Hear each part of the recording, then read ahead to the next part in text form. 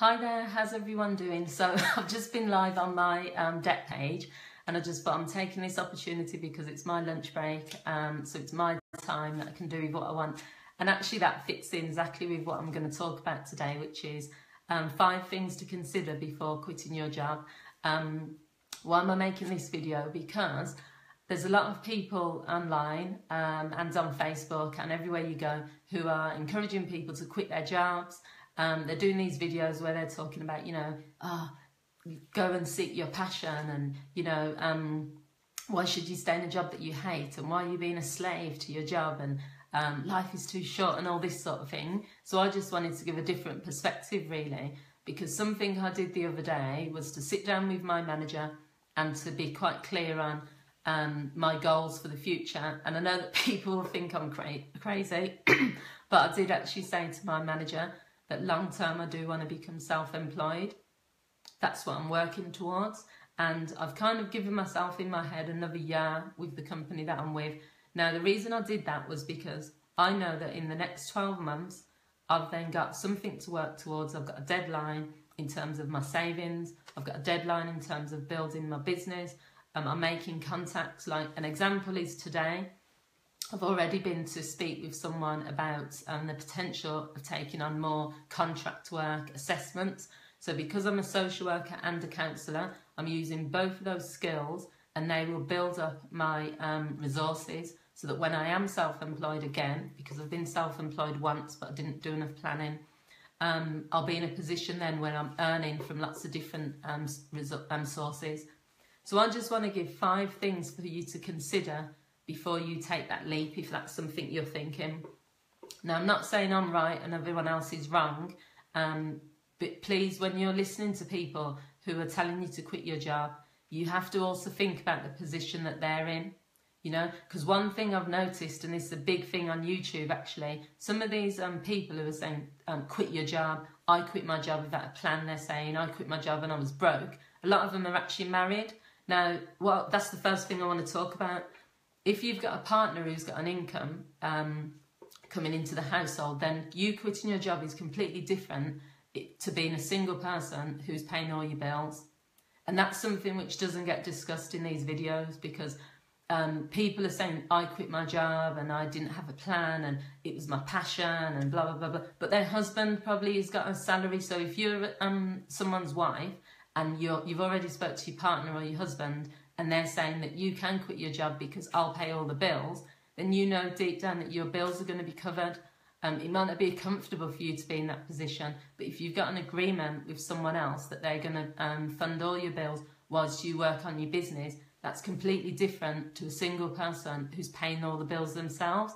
And it's something even I didn't think about when I quit my job. I had, which was last year, for that whole year I just had 3 months salary in advance. But what I didn't take into account was the business costs. So even though I had that salary, which helped me a lot actually get through the first 6 months, because I put that salary and my savings away, I didn't consider the amount of business costs that were coming in. And if you're not making enough money from your client work or whatever service or product you're doing, but you're still having to pay all of your bills, then it's only a matter of time before the 2 things just don't work. You can't grow your business because you can't invest in it. You can't pay your bills because you've used up all of your salary and your savings. So something to consider is, if you do have a partner or a husband or wife, it could be either way, have a discussion with them and maybe put a deadline on it. You could say to your significant other, I'm really passionate about starting this business. Do you think we can cope for the next 6 months or 12 months if I take a year out to build my business? Are you okay to fund things? And then if things don't work out, or if the business fails, then I'll go back to full-time work. Because not only will you have the support of your partner, but there's a phone call coming through there, sorry guys, but also you will have you won't have to worry about the financial side. And that's one of the biggest things that causes a lot of distress when you are self-employed, is when you're having to worry about how you're going to pay your bills, how you're going to get food, how you're going to get money for this, that and the other. But whilst you're doing that, you're still having to run the business, then it kind of has a big impact. So that's number one. Number two is, do you have savings for at least 6 to 12 months? And this means money to live off and pay all of your bills. You can do it in either two ways. What I usually say to people is, if you can at least save up 6 months, in an ideal world, you would save up 12 months' salary. So what you would do is, and the other thing to think about is, you can't be talking about the salary that you're living on at the minute, sorry, your monthly salary, because that's impossible. So what you would do is, prior to you quitting your job, you would try and cut back on your costs of living. So if your outgoings are £2,000 a month, and that means everything you're paying out in bills, clothes, getting your hair done, getting your nails done, every single thing you have to calculate what you're spending. You want to try and decrease that amount. So if you can cut back and maybe put it down to about 1,500 instead of 2,000 a month, I'm just giving a figure there, it would be anything. What you then would do is you would save that 1,500 times 12. So you're saving up, and I've worked it out actually because I did a talk on this the other day. It's £18,000. Now, people are going to think, £18,000, I can't save that up. But think about it. Wouldn't you rather stay in your current job for whether it's 2 years, 3 years, save half of your salary every month towards your living cost, so that when you do quit, you're secure to know that you have £18,000. You're going to divide it up as though you're still working. So every month you're going to take that £1,500 and say, this is my budget for the month. And then any money coming in from your products or your sales or your services all goes back into the business, because that would really be the ideal situation for you. Because when you're trying to scramble around, you're trying to, you can't grow your business because you haven't got nothing to invest in it. You can't pay your bills because you're behind with that. You're really putting yourself in a sticky situation there. And that's a lot of things that these gurus won't tell you, because what they want you to do is to quit your job. They want to sort of be your mentor and kind of guide you into doing it. And I'm not saying anything disrespectful to anyone that does this. I know you can make money on, what's it called again? Multi-level marketing, or network marketing and stuff. And you can, I'm not talking about that, because I think you can still do that whilst you're working. And I do know that that can be really successful. I'm talking about walking out of your job, giving 30 days notice, not having a concrete plan, and then sort of just going with passion. Because to me, I don't think that works. It can work for some people. Number 3, the thing to consider is your business up and running with at least some sales or some clients, or is it just a plan or just an idea? And that's important, because I think at the time when I left my job, at least I had 6 clients, 6 regular counselling clients. I had a concrete plan of where I wanted my business to go. Now, the reason I ended up going back to work in the end was because my business had reached like a plateau, really. And I was in that dilemma where I thought to myself, I'm not earning enough from my business to grow the business, but at the same time, I'm not, I was kind of stuck. I was in the middle, so I had to make a decision. And my feeling was I'd rather have an income coming in through a salary from a full-time job, and then I'm still going to keep my business and work on that. And that's exactly what I'm doing. And now I'm giving myself another 12 months to save up enough money to build on my business, so that when I do go back to self-employed, which will be next year, will it be? No, it'll be the year after.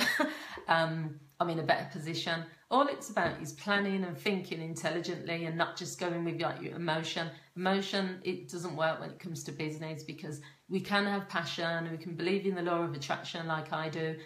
Yeah, I do believe you can manifest money. Yes, I do believe you can work hard, you can get money. I believe that, what's the word? You put something out there and you attract it back. You'll get clients, you'll get opportunities, you'll get a mentor. I have a strong belief in myself. I have a strong belief in what I'm doing. So it's nothing to do with that. But the reality is, without cash flow, you can't run a business.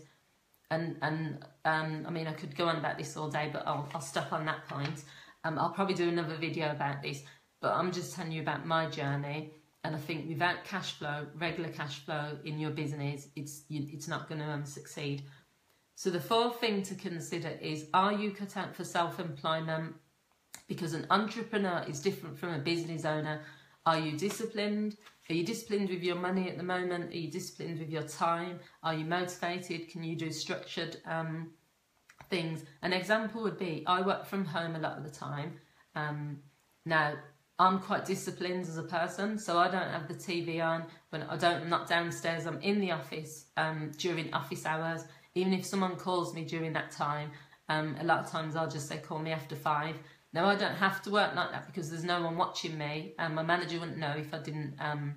Obviously, I'm on my lunch break now, so I'm allowed to do this. My point is, if you don't work like that anyway, then if you own a business, it's not just going to happen. So you have to start to put things in place from now. Start getting the habits in, start becoming disciplined. If you're rubbish with money and you're in debts and you are really rubbish, you blow all your money, then that's going to influence when you're running a business. Don't think that you're just going to become an entrepreneur or a business owner and all of a sudden you're going to change your habits. You have to put them in first. So that's something to think about. Not everyone's cut out for running a business. You know, before I set up a business, I didn't think it was something I would be cut out for. You know, I was working as a counsellor on a voluntary basis, but it was only because I thought to myself, well, I'm quite a good counsellor, I thought. Everyone kept telling me I'm a good counsellor. I was doing the job anyway. So I saw other people setting up as counsellors, and I thought, well, you know, why don't I just give it a try and see what happens? And luckily it's worked out. But the point is, don't just do something because everyone else is telling you, going on about being an entrepreneur, you've got freedom. All the number one things you hear everyone saying over and over again are, no one has to tell me when to go to the toilet. No one has to tell. And I don't think any boss in the history of bosses has ever said to someone, you know, you don't have to put your hands up like you're at school to go to the toilet. You can go to the toilet if you work for someone else. You can go for lunch breaks. You can stop what you're doing and answer the phone and things. It depends on the environment you're in, but in any case, people use like the extremes and say like basically you're a slave, but you're not a slave, you're trading your time for money. A slave didn't get paid, so you have to think of it as, the way I see it is I'm skilled and I'm giving my skills to a company and they're paying me for that skill, so it's an exchange, I'm getting something out of it, but at the same time, freedom-wise, I think you just have to consider the fact that none of us have really got, whatever we do with our time to a certain degree, we have to manage that. You know, I sometimes have to stay up till 11, 12 o'clock at night working on business stuff. There's times on a Saturday I have to work. That's my choice. That's my choice to do it because I'm so invested in my business.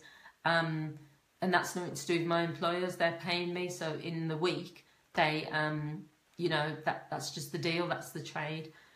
So the final thing, because I think I'm rambling a bit now, is, do you have support? I think one of the key things when you're setting up a business is it can be isolating. I feel isolated a lot of times as a business owner, but one of the key things I do is I go to these network meetings, and some of them are fantastic, and I get to, you know, experience the energy of other people. I get to talk about my business. I'm someone that likes to talk about my business a lot. I like to talk about not just my business, I like talking business, I like talking about money, law of attraction, stuff, energy, positive things. I think you've got to seek those people out, and there are times where, you know, people are sick of it. Most people are sick of probably hearing about business and money, and not everyone wants to talk about that, and that's fine. But I do think you have to think about your support network if you're going to quit your job, because when you're working in an office or you're part of a team, once you switch to become maybe a sole trader and you won't have that team behind you, you have to be ready for it, and you have to learn how to motivate yourself as well. There's times where I need additional support, and I will find that or seek it out. Thank you whoever's joining. But there's times where I have to motivate myself. You know, I'm a sole trader. I've chose this profession. I've chose to do it this way. And I'll continue going with my business. I can't see or foresee that my business is going to end. I can see it growing and getting bigger. So they're the 5 things to consider. Do you have a partner with an income so that you have one method of money coming into the household? Do you have at least 6 to 12 months savings to live off? Is your business up and running with at least some sales or clients in the bag, or is it just an idea? Do you have a long-term plan? That's part of that. Are you cut out for self-employment? And do you know the difference between an entrepreneur and a business owner? Are you disciplined with your time and your money? And the final thing, do you have support? Have you taken into account? It could be isolating. So I hope you found this useful. As I said, I just jumped on today because I just fancied it. And please leave your comments. And anyone who is a business owner, maybe talk about your own experiences, how you found it. Or you could do your own video. I think it would be nice to hear from other business owners so that we can sort of learn from each other. Everyone's experience is different, so don't just take what I've said. This is just me saying what I believe in and what I think. So thank you for watching, everyone, and thanks for tuning in. Hope you enjoy your lunch if you're on your lunch break like me. Otherwise, I'll speak to you soon. Thanks. Bye.